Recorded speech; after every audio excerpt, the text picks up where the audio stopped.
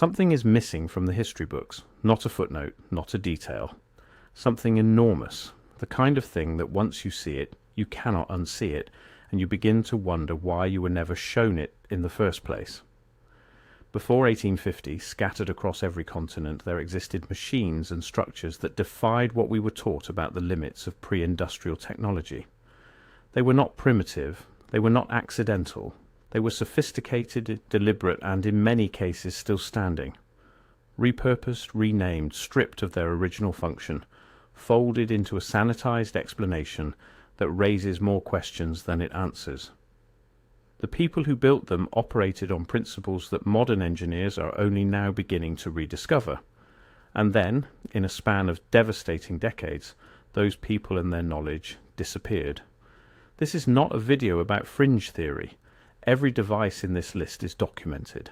Every structure is photographed. Every mechanism either still exists in a museum, in the ground, or in the walls of a building you might walk past every single day without recognizing what it once was. The question is not whether these things existed. The question is why no one taught you about them, and whose interests were served by making sure you never thought to ask. What happened before 1850 is a story that was aggressively rewritten. The civilization that built these devices was vast, interconnected, and technologically advanced in ways that contradict the official timeline. That civilization had a name. Some researchers call it Tartaria. And whether or not you accept that name, what you cannot deny are the devices themselves, 10 of them, each one running without combustion, without fuel, without any of the energy sources the history books claim were the only options available before the Industrial Revolution. Each one, in its own way, later erased, suppressed, or quietly reclassified into irrelevance. These are those 10 devices. Before we go any further, if this is the kind of history they don't put in school textbooks, you already know what to do. Subscribe, hit the notification bell. This channel covers the history that got buried, the technology that got erased, and the questions that never got answered. You do not want to miss what's coming next. Now, let's go back. Device 1. The Tartarian Resonance Towers. Look at any photograph of a 19th century city. Not a modern skyline, but the real thing. The world before the reset. What do you notice? Spires, towers, ornate vertical structures rising from rooftops, from cathedrals, from government buildings, from train stations and hospitals and universities. Dozens of them, sometimes hundreds, in a single city block. Today we call them decorative. We say they were built for aesthetics, for religious symbolism, for civic prestige. But that explanation has a problem. Decoration costs money, enormous amounts of it. Many of these structures were built in cities that were, by all other accounts, struggling to fund basic sanitation and road infrastructure. So why spend staggering resources on spires that served no function? They served a function, just not one the textbooks acknowledge. The Tartarian civilization, the advanced global culture that, according to suppressed historical evidence, predated the 19th century reset, operated on principles of resonant energy. The towers were receivers. They drew energy from the Earth's natural electromagnetic field, from the interaction between the ionosphere and the crust, from the resonant frequencies that pulse through the planet in measurable, predictable waves. Nikola Tesla understood this. That is precisely what he was reconstructing with Wardenclyffe Tower in 1901. He was not inventing something new. He was remembering something old. The geometry of these spires is not random. The proportions, the material choices, copper finials, iron subframes, specific stone compositions are consistent across structures built on separate continents by cultures that supposedly had no contact with each other. Gothic cathedrals in France, Buddhist stupas in Southeast Asia, the towers of Russian Orthodox churches, the minarets of Central Asian mosques. Same proportions, same materials, same upward tapering geometry terminating in a metallic point. A structural analysis of several pre-1850 towers in Central Europe identified copper content in spire frameworks with no load-bearing justification. Copper does not add strength to a stone tower, but copper is an excellent electrical conductor. And these towers were positioned almost universally above intersections of underground water channels, locations where natural telluric electromagnetic activity is measurably elevated even today. They were not built to reach God. They were built to pull energy from the earth and sky simultaneously. And when the civilization that knew how to use them was erased, the towers became monuments to a technology no one was permitted to remember. Device 2. The Baghdad Battery. In 1938, a German archaeologist named Wilhelm König was sorting through basement storage at the National Museum of Iraq when he found a clay jar roughly the size of a large fist. Inside was a copper cylinder. Inside the copper cylinder was an iron rod. The entire assembly was sealed at the top with asphalt. König recognized it immediately. An electrochemical cell. A battery.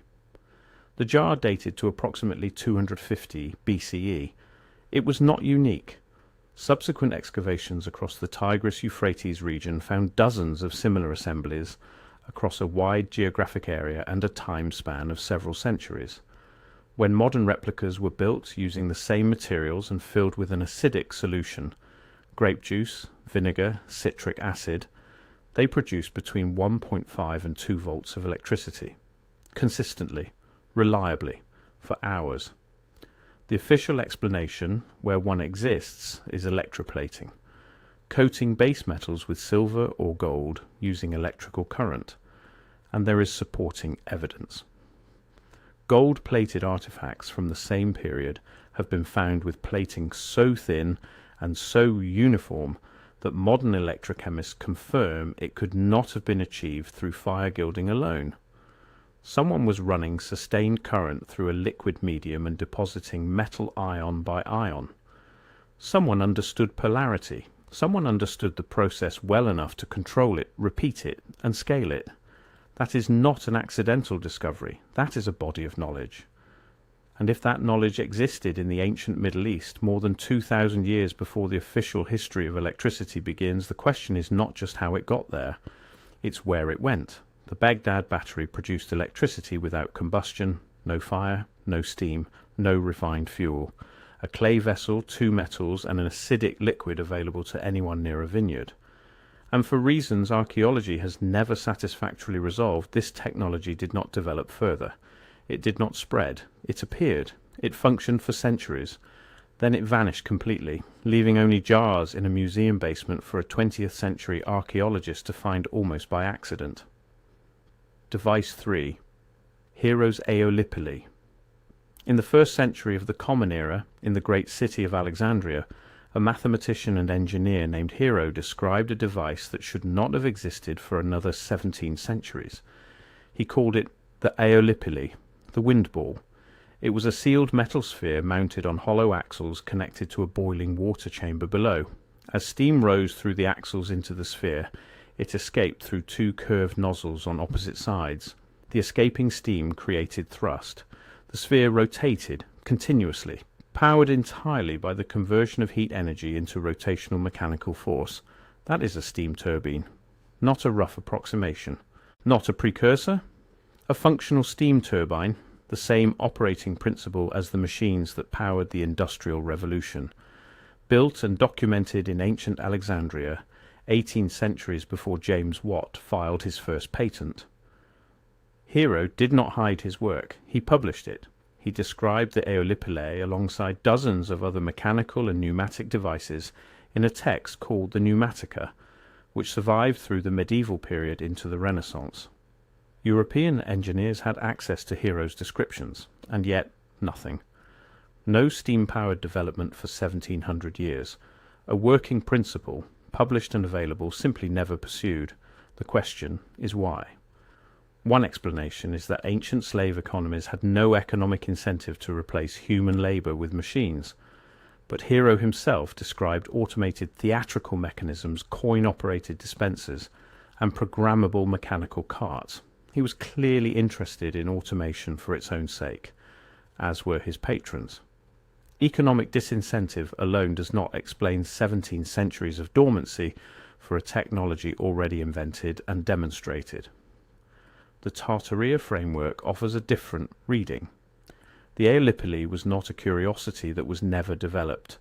It was a surviving fragment of a much older engineering tradition, one already operating steam-driven and pneumatic systems at scale, whose broader knowledge base was methodically erased. What we call Hero's invention may have been Hero's rediscovery, and what looks like a gap in development may have been a deliberate clearing of the record. Device 4. The Antikythera mechanism. In 1900, sponge divers near the Greek island of Antikythera found the wreck of an ancient Roman-era cargo ship. Among the recovered artifacts was a corroded lump of bronze that no one could identify. It sat in a museum in Athens for decades, slowly fragmenting before researchers began to understand what they were looking at.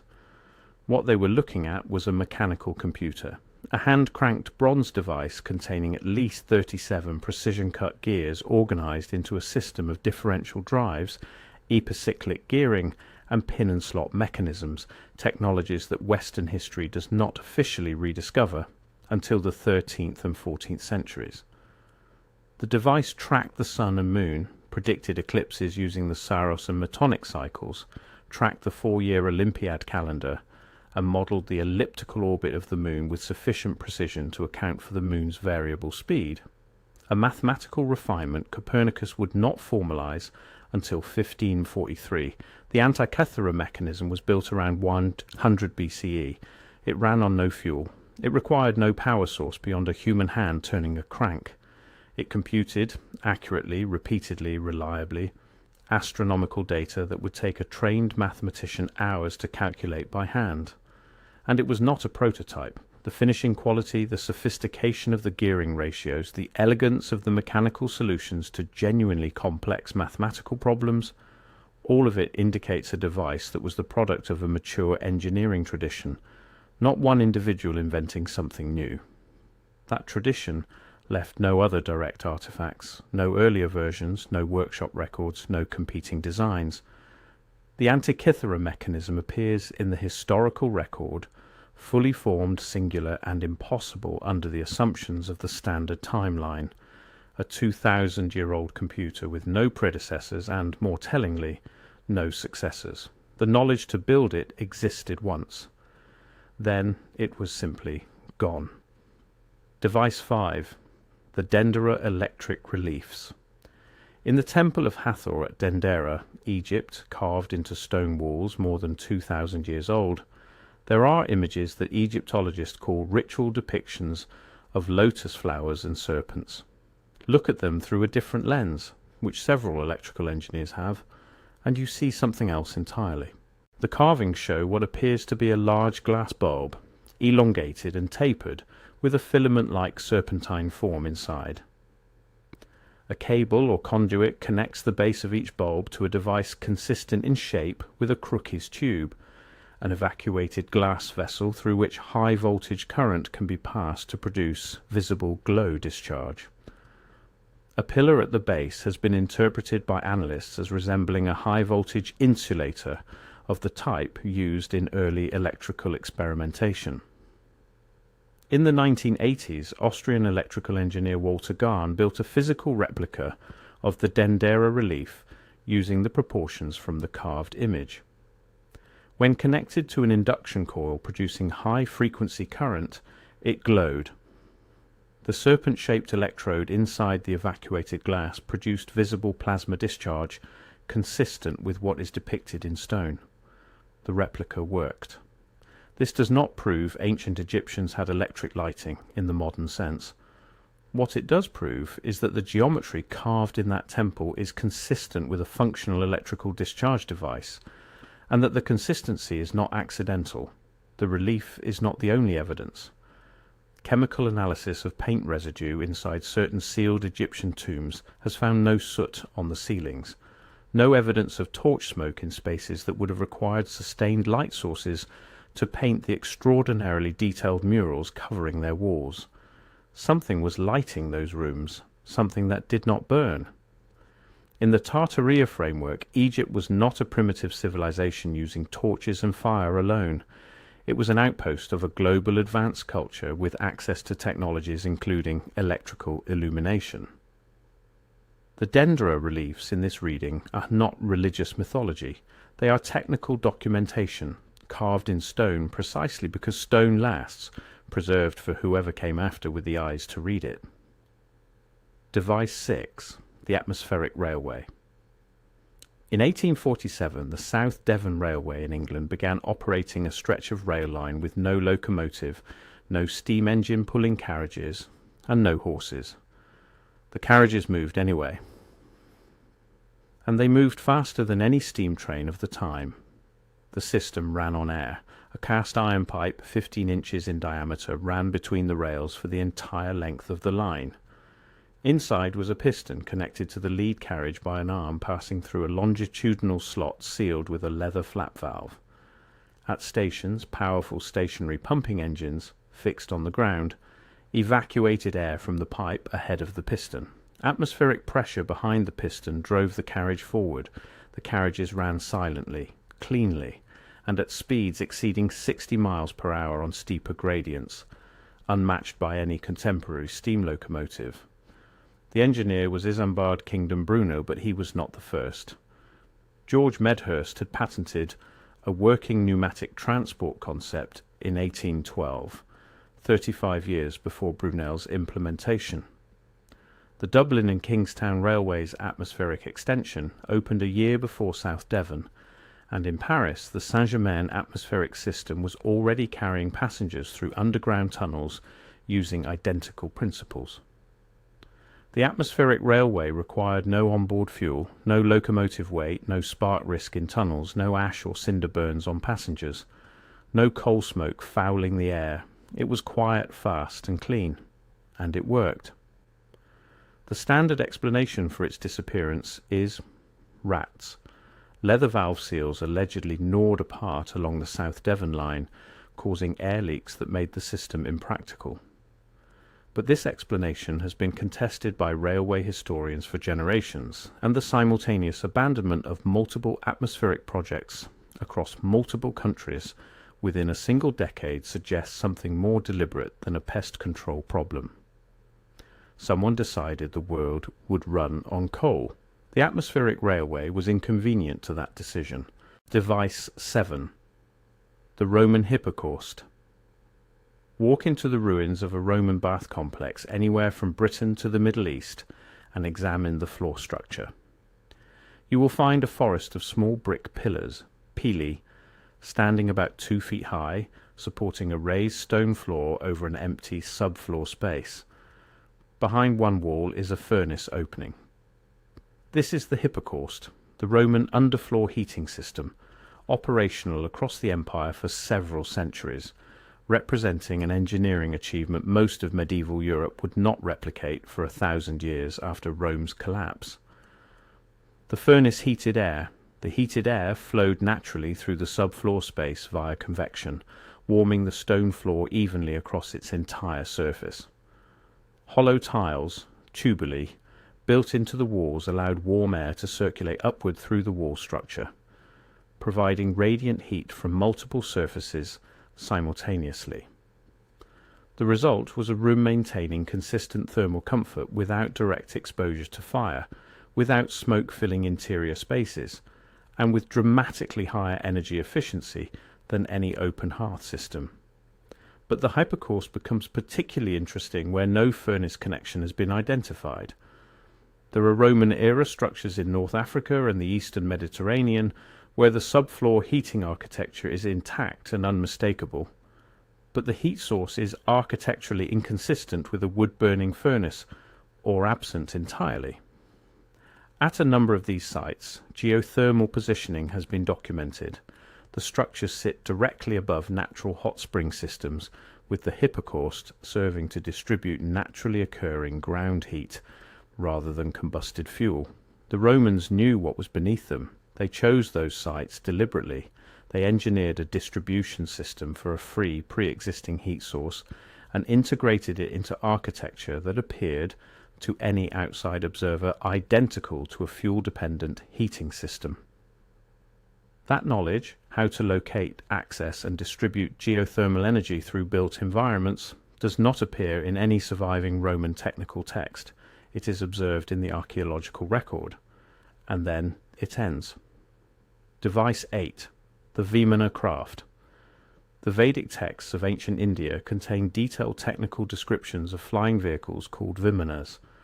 This is not metaphor. The Vaimanika Shastra, the Ramayana, the Mahabharata, the Samarangana Sutradhara, Mela, multiple independent ancient Sanskrit texts written across different centuries describe Vimanas with a specificity and internal consistency that goes far beyond allegory. They describe craft that flew, they describe construction materials, they describe the principles by which those craft were powered. The Samarangana Sutradhara dedicates an entire chapter to Vimana construction, describing strong, durable bodies built from lightweight materials, mechanisms concealed within the structure, and a power source based on something translated variously as mercury vortex, quicksilver centrifuge, or rotating liquid metal. A spinning column of mercury, brought to operating temperature, generated upward thrust. The text describes the sounds these craft made, their behavior at altitude, their maneuverability, and techniques required to pilot them safely. In the 1990s, scientists at the Indian Institute of Science in Bangalore examined the Vaimanika Shastra's descriptions and concluded that several of the described craft designs were aerodynamically valid, consistent with craft that could generate lift under the right conditions. The mercury vortex engine described in the Samarangana Sutradhara has been examined by aerospace researchers, who note that rotating plasma and high-temperature liquid metal produce electromagnetic fields with directional force properties, consistent with what the ancient text describes. The Tartarian interpretation does not place Vimana technology in ancient India in isolation. It connects it to a shared global technological heritage. The descriptions in Sanskrit texts, the reliefs in Egyptian temples, the impossible towers of 19th century cities, these are not separate mysteries. They are fragments of the same erased record surfacing in whatever cultural substrate managed to preserve them in the centuries after the reset. Vimanas did not run on combustion. They ran on principles the current scientific establishment has barely begun to formalize, and someone once knew exactly how to build them. Device 9. Greek fire. In 672 CE, the Byzantine Empire deployed a weapon that its enemies described with terror and bewilderment in accounts that survive to this day. They called it liquid fire, sea fire, Roman fire. We call it Greek fire. It was a projected incendiary, PEEM, launched from ships through bronze tubes thrown in clay grenades poured from towers onto attackers below, that burned on water, that reignited when doused, that clung to surfaces and continued burning until the fuel was entirely consumed or physically scraped away. Water did not extinguish it. Sand or urine were the only partially effective countermeasures. Greek fire ended sieges. It destroyed fleets. It was the decisive weapon in multiple major Byzantine military victories across 2 centuries. Its existence represented such a decisive advantage that the Byzantines classified it at the highest level of state secrecy. The formula was known only to the emperor and the family of Callinicus of Heliopolis, Marnure, the Syrian engineer credited with its introduction, and passed from emperor to emperor as a state inheritance. Then it was lost. Not gradually, not through obsolescence, completely and abruptly sometime in the 13th century with the disruptions of the Crusader period and the weakening of Byzantine central authority. Every proposed formula since, naphtha-based, quicklime-based, phosphorus-based, has failed to fully replicate the documented properties. The ability to reignite after water contact, the ability to float and burn, the adhesive clinging behavior.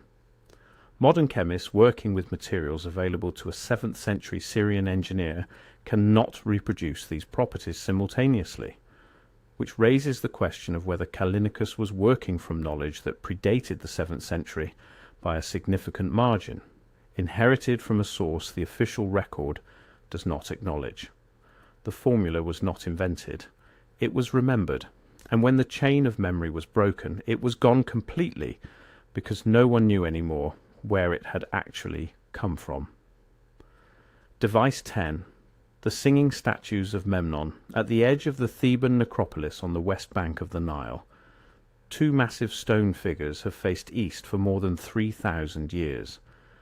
They are the colossi of Memnon, each carved from a single block of quartzite sandstone, standing over 18 meters tall, weighing approximately 720 tons.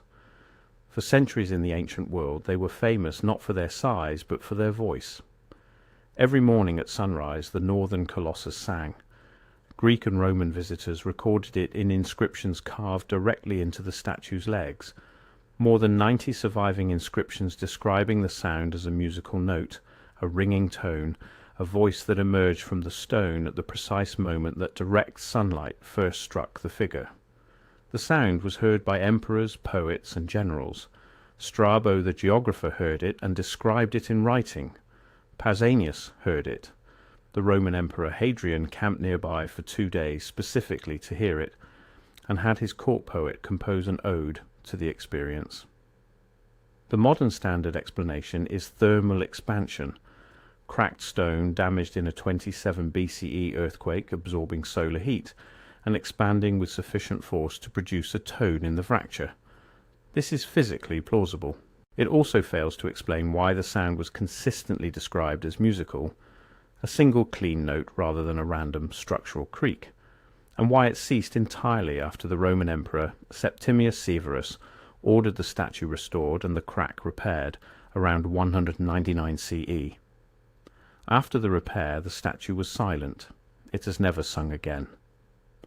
The Tartaria interpretation treats the colossi of Memnon as deliberate acoustic technology, an engineered resonance device built to respond to the specific electromagnetic and thermal conditions of sunrise over the Nile at that latitude, oriented with precision to capture that exact interaction. The singing was not incidental, it was the function. Someone built a 720-ton stone instrument tuned to the frequency of the rising sun, placed it precisely where it would perform every morning without intervention, and embedded the mechanism so deeply in stone that not even a Roman emperor's stonemasons could silence it without destroying it entirely. No fuel, no maintenance, 3,000 years of daily performance. And then silence, not because the technology failed, but because someone finally repaired it. 10 devices, 10 different cultures, 10 different centuries, and a single thread running through all of them, the persistent, documented archaeological reality that the people who came before us were not primitive. They were not stumbling toward the Industrial Revolution like children learning to walk. They were operating at a level of technological sophistication that the official timeline of human history simply cannot accommodate without falling apart at its seams, because the story handed to you has real holes in it. Holes shaped exactly like these 10 devices. Machines that ran without fuel, built on principles so far outside the accepted model that the easiest response was to explain them away or never mention them at all. That is not a coincidence, it is a pattern. And patterns this consistent, this global, this thoroughly documented, across stone and bronze and clay, do not emerge from random chance or isolated genius. They emerge from a shared inheritance, a knowledge base that existed before the reset, that surfaces in fragments wherever the suppression was incomplete, wherever the stone was too hard to destroy, or the text too widely copied to burn entirely. The civilization that built resonance towers and atmospheric railways and electrical temples and singing colossi did not collapse because it was weak. Civilizations at that level of technological integration do not collapse from within. They are ended, and what replaces them is always the same: a simplified story, a shorter timeline, a history with the inconvenient chapters carefully removed. You have just spent 30 minutes with 10 of those chapters. The question is what you do with them now. Because the research does not end here, the devices do not stop at 10. The evidence does not fit back into the box it came out of. If any part of this resonated with something you already suspected about the official story, you already know the truth that's sitting underneath it. Subscribe. Leave a comment telling us which device stopped you cold. And stay close, because the next video goes somewhere the history books are very certain you should never look.